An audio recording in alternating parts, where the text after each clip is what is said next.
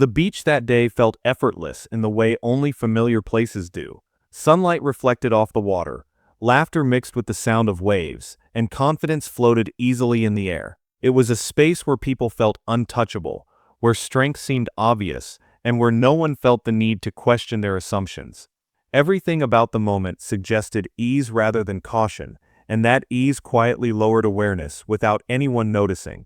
Among the movement and noise stood Bruce Lee, barefoot on the sand, relaxed and unassuming. He wasn't training, posing, or drawing attention. He blended into the setting so naturally that he invited underestimation without trying to, and that quiet normality became the opening for what followed, because the most decisive moments rarely announce themselves loudly. They arrive when people believe the situation has already been decided. The surfers did not act from hostility or a desire to provoke conflict. Their behavior grew out of comfort, familiarity, and an unexamined sense of advantage. They were in a place that felt like their own, surrounded by an environment that reinforced their confidence without challenge. The beach was familiar territory. Their bodies were strong and visible, and their numbers created a shared sense of certainty that felt reliable and unquestionable. When strength is repeatedly affirmed by surroundings, it stops being analyzed. Muscles, movement, and presence become taken for granted rather than tested. Confidence begins to feel permanent instead of conditional. In that state, people stop asking whether their assumptions are accurate because nothing in the moment demands correction. Familiarity replaces awareness, and certainty replaces curiosity. The environment played a quiet role in shaping behavior. Open space, sunlight, and relaxed energy all suggested that nothing serious could unfold there. The beach did not feel like a place for consequence. It felt casual, open, and forgiving. In such spaces, people often behave more loosely, believing that seriousness belongs elsewhere. That belief made the moment feel safe before it ever needed to be examined. The comments themselves reflected that mindset. They were not sharp or aggressive. They carried the tone of jokes rather than challenges. Remarks meant to entertain those present rather than confront the person they were directed toward. References to martial arts, comments about size, and light laughter were exchanged in a way that felt socially protected. When mockery is framed as humor, it disguises itself as harmless interaction rather than judgment. Mockery becomes especially comfortable when it is shared. Laughter spreads responsibility across a group, making no single person feel accountable for the implication behind the words. Agreement replaces doubt, and once agreement settles in, questioning feels unnecessary. Everyone involved feels reinforced by the presence of others, and confidence multiplies without being examined. In that shared certainty, observation fades naturally. No one looks closely anymore, because the group believes it already understands the situation. Attention turns inward toward entertainment and bonding rather than outward toward accuracy. Small details are ignored because they do not fit the established narrative. Assumptions fill the space left by disengaged awareness. This is how mockery felt safe in that moment. Not because anyone intended harm, but because comfort removed the need for precision. The surfers trusted the environment, trusted their bodies, trusted the agreement of those around them, and trusted the story they had already told themselves. That trust felt justified because nothing had yet contradicted it. But safety built on assumption is fragile. It depends on the belief that no alternative reality exists beyond what feels obvious. When mockery grows out of that belief, it is not cruel, but it is careless. It reflects confidence that has not been tested and awareness that has quietly stepped aside. The moment felt secure because everyone involved believed the situation had already been decided. And when people believe an outcome is settled, they stop paying attention to what is actually unfolding in front of them. That is why mockery felt safe in that moment. Bruce Lee did not focus on the words being spoken, because words alone rarely tell the full story. People can joke, tease, or mock for many reasons, and language often disguises intent rather than revealing it. What mattered more to him was everything happening around the words. He paid attention to how the group stood, how their weight leaned slightly forward as if already committed to a certain outcome, and how their confidence was supported more by numbers and surroundings than by awareness of the moment itself. He noticed the subtle cues most people overlook when they feel comfortable.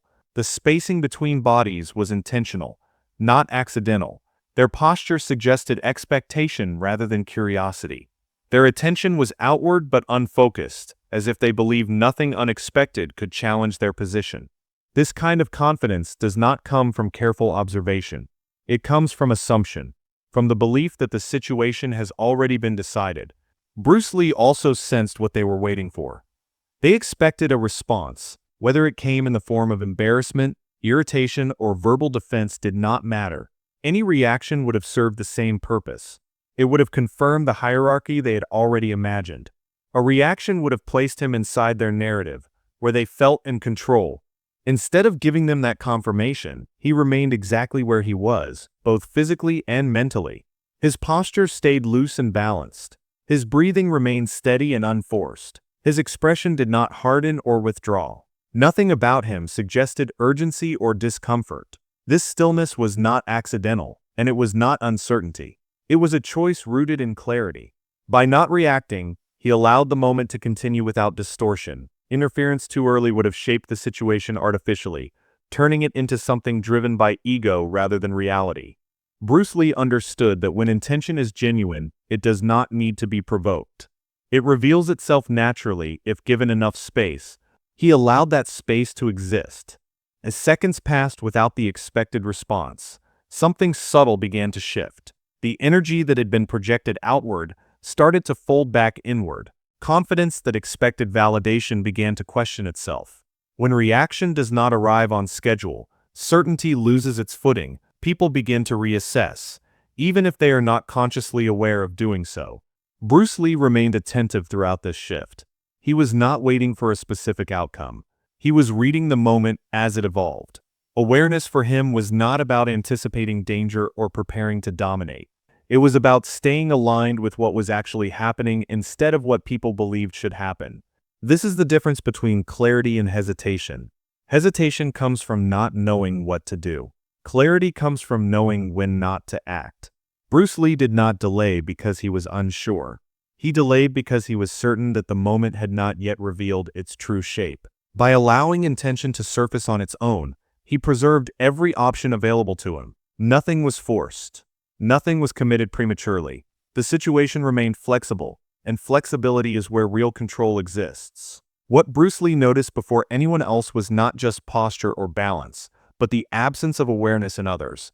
He saw how quickly people rely on comfort, and how rarely they question their assumptions when the environment feels safe.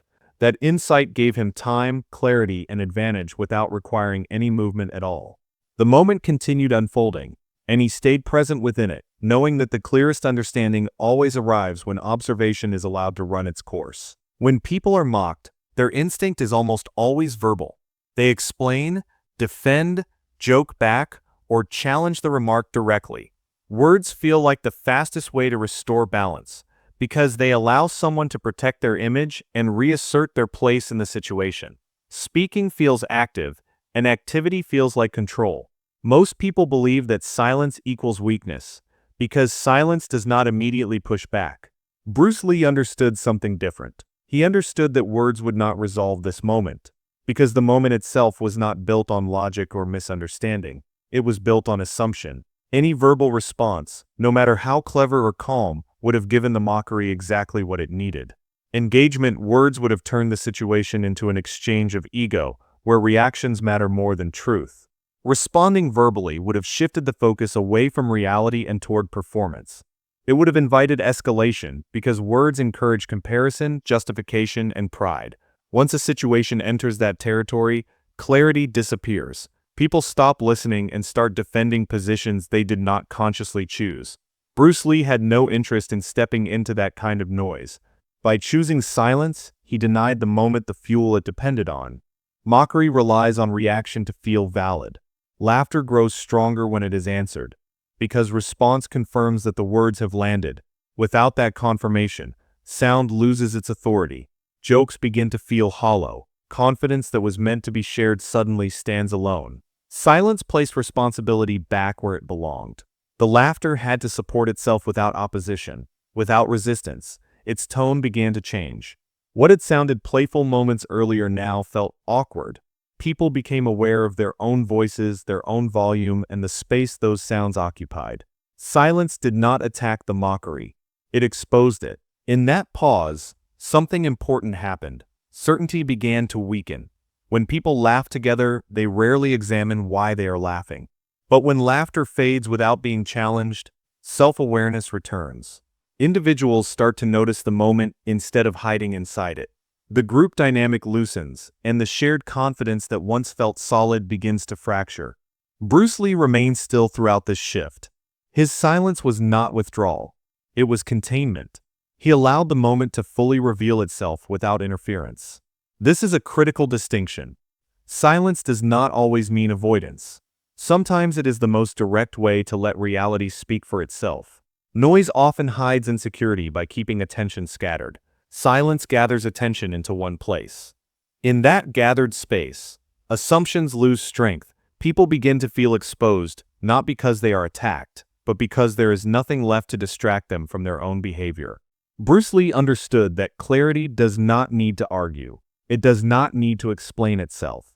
It simply remains present long enough for false confidence to dissolve. By not answering with words, he prevented the situation from escalating into something artificial. He allowed it to stay grounded in what it truly was. The pause that followed his silence did more work than any sentence could have. It slowed the moment down. It removed momentum. It forced reassessment. Without reaction to push against, the mockery lost direction. What had felt light and harmless no longer felt supported. This is why he did not answer with words. He knew that silence, when chosen deliberately, reveals more truth than speech. It allows moments to unfold honestly instead of being reshaped by ego. And once that happens, balance begins to return on its own. The weakening of certainty did not happen because anyone was challenged. It happened because no one was silent. Silence made the moment face itself, and in doing so it quietly changed everything. What followed did not look dramatic to anyone watching casually. There was no sudden rush, no raised voices, and no obvious signal that something decisive was about to occur. From a distance, it might have appeared that nothing had changed at all. Yet within 10 quiet seconds, the entire balance of the moment shifted in a way that could not be reversed. Those seconds were not filled with action, but with information. Bruce Lee adjusted his position slightly, not to intimidate or challenge, but to align himself more clearly with the space around him. The movement was minimal, almost unnoticeable, but it carried intention. It revealed readiness without aggression and stability without stiffness. Nothing about it invited conflict, yet it quietly removed uncertainty from his side of the situation. This was the moment where timing replaced force. Instead of responding to mockery or pressure, he responded to the reality of the moment as it actually existed. Awareness guided his movement, not emotion. The adjustment was not defensive and not performative. It was precise, efficient, and complete, as if the body had simply settled into its natural position. The posture that had been interpreted as relaxed or passive suddenly revealed structure. Balance became visible. The ease that had been mistaken for carelessness now showed control. What others had read as weakness was exposed as alignment. The body did not tense, but it did not yield either. It communicated capability without making a demand. At the same time, confidence built on assumption began to unravel. The laughter that had felt secure moments earlier lost its foundation. Without reaction to lean on and without confusion to exploit, certainty had nowhere to rest. People sensed that the situation was no longer unfolding according to the story they had told themselves. Awareness replaced size in those 10 seconds.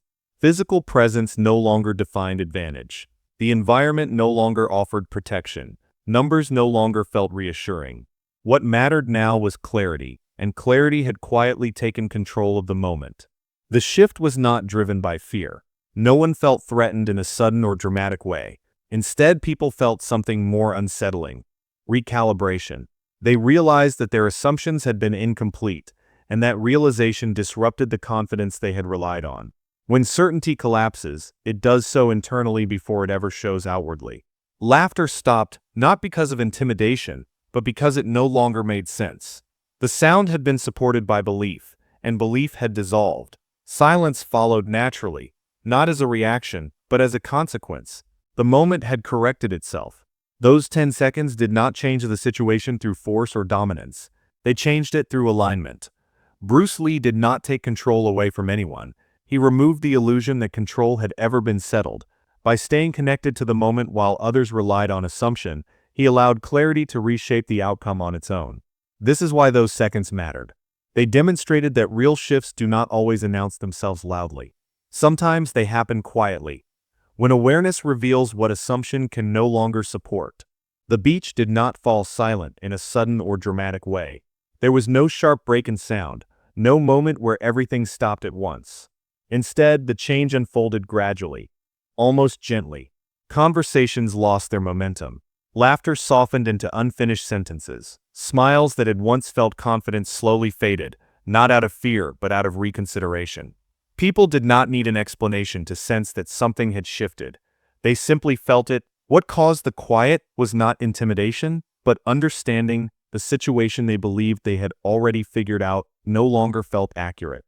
The assumptions that had made the moment feel safe began to unravel, and with them went the ease that had supported casual mockery. People realized, often without fully articulating it, that what they had dismissed had been misread from the beginning. Calm had been mistaken for absence. Stillness had been confused with lack of ability. Relaxed posture had been interpreted as vulnerability. As these interpretations collapsed, noise lost its purpose. When certainty fades, sound no longer feels confident. It feels exposed.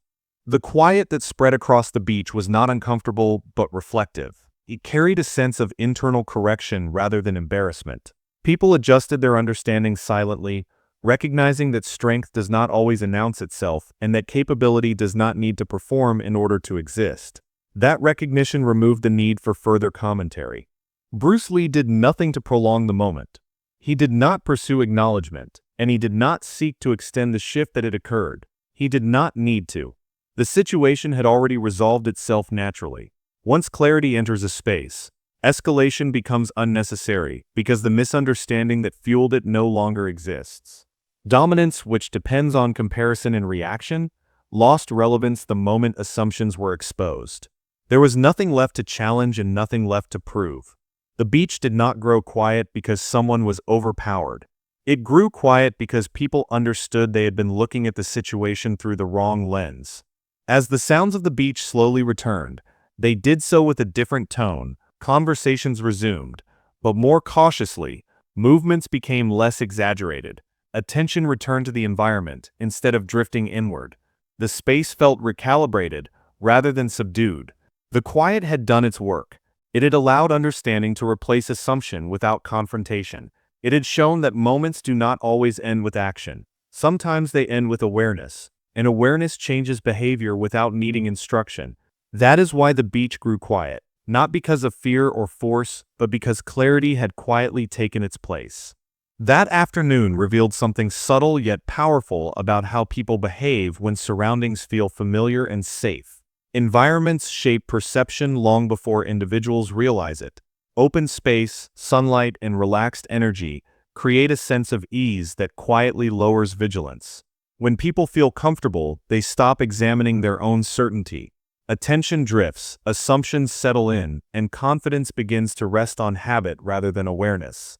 The beach encouraged that mindset. It felt like a place where seriousness did not belong, where consequences seemed distant, and where strength appeared obvious at a glance. In such settings, people often rely on what feels visible and familiar, trusting that nothing unexpected will challenge their understanding. That trust creates carelessness, not through recklessness, but through comfort. What the afternoon exposed was how fragile confidence becomes when it is built on comfort alone. Confidence that depends on environment and agreement feels solid only until awareness enters the space.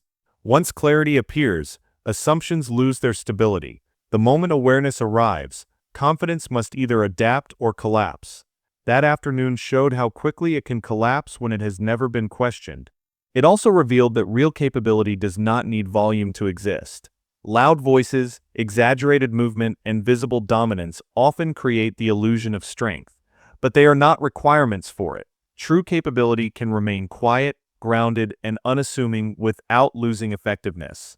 In fact, its quiet nature often allows it to remain unnoticed until it matters most. Control was revealed in the same way. It did not demand attention or permission.